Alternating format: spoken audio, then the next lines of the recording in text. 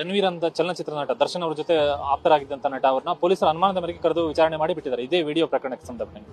ನೋಡಿ ಅದೇ ನೋಡ್ರಿ ಏನ್ ಮಾಡ್ಬೇಕಾಯ್ತ್ರಿ ನೋಡಿ, ಈಗ ದರ್ಶನ್ ಮೇಲೆ ಹಾಕ್ಬಿಡ್ತಾರೆ, ಎಸ್ಕೇಪ್ ಆಗ್ಬೇಕಲ್ಲ. ಮಾಧ್ಯಮ ಅವ್ರಿಗೆ ಗೊತ್ತು, ಕಾಂಗ್ರೆಸ್ ಅವ್ರಿಗೆ ಮಾಧ್ಯಮನ ಹೆಂಗ್ ನೋಡ್ಬೇಕು ಅಂತ. ನೋಡಿ ದರ್ಶನ್ ಮೇಲೆ ಹಾಕ್ಬಿಡ್ತಾರೆ ಬೇಕಾದ್ರೆ. ಮಾಡಿರೋರು ಇವ್ರ ಅನುಮತಿ ಇಲ್ದಿರ, ಗೃಹ ಸಚಿವರಾಗ್ಲಿ ಸರ್ಕಾರದ ಅನುಮತಿ ಇಲ್ದಿರ ಮೊಬೈಲ್ಗಳು ಹೆಂಗ್ ಹೋಗ್ತವೆ? ಅಲ್ಲ ರೀ, ಅಲ್ಲಿ 5 ಕೋಟಿ ಕೊಟ್ಟು CCTV ಕ್ಯಾಮ್ರಾ ಹಾಕಿದಿರಿ. 5 ಕೋಟಿ.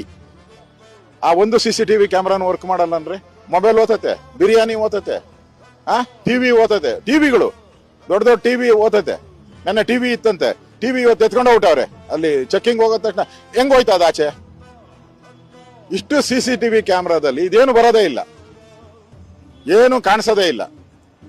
ಇಡೀ ಆ ಏರಿಯಾದಲ್ಲಿರೋ ಜನ, ಪರಪ್ಪನಗರದಲ್ಲಿ ಸುತ್ತು ಇರುವಂತ 2 ಕಿಲೋಮೀಟರ್ ಜನ ಬಾಯ್ ಬಡ್ಕಂತಾರೆ.